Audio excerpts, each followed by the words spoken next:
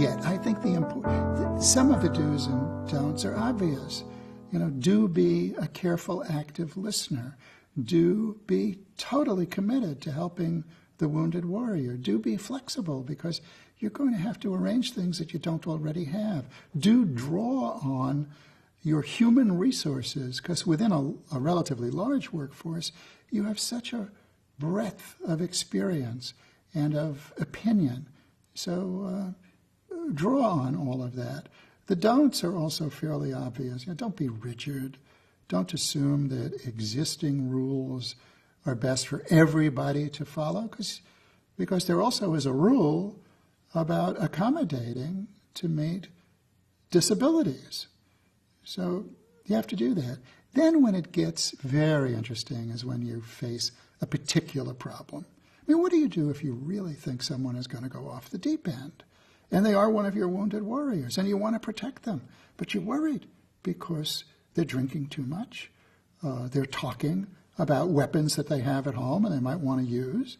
This has happened, and you need to have thought it through and have a plan and know that there is a threshold where you say, no, you're too dangerous now. And often, if you can use a medical route rather than a disciplinary route, you should think medically first. So those are some of the things in the do's and don'ts. But we don't have a total science now that says, here are the rules. We're creating it. Sometimes I have been called on after a particular outrageous event has affected a school, a workplace. It's not uncommon for counselors to be called in.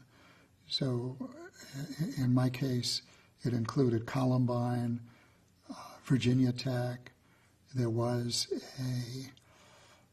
an industry not too far from my hometown where a disgruntled employee came back and shot several people. So the whole plant was affected. And when that happens, the consultant's job is to help the employer and the employees come to terms with the trauma, be caring in an appropriate way about fellow employees who are traumatized, and to know a little bit about PTSD should it develop in the aftermath of that traumatic event.